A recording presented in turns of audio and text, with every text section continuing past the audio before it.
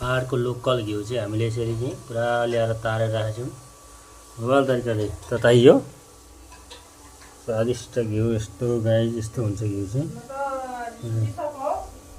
तलदेखि माथिसम्म हेर्न सक्नुहुन्छ पुरै भाँडोमा।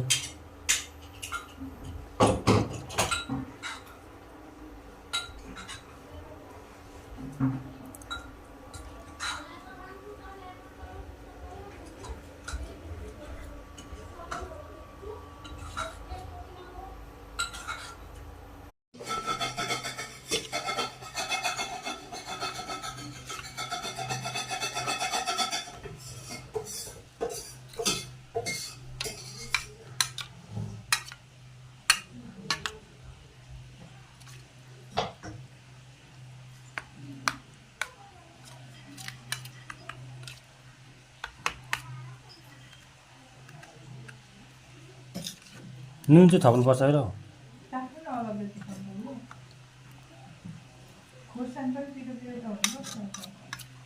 खोर्सानी खानु हुँदैन। म त कस्तै गाह्रो पार्नु पर्छ खोर्सानीले।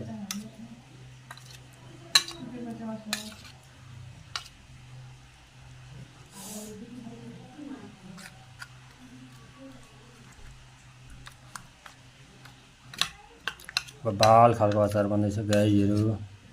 काँक्रोको साँधेको अचार, काँक्राको छोप हालेर अचार बबाल गाई हेर्न सक्नुहुन्छ।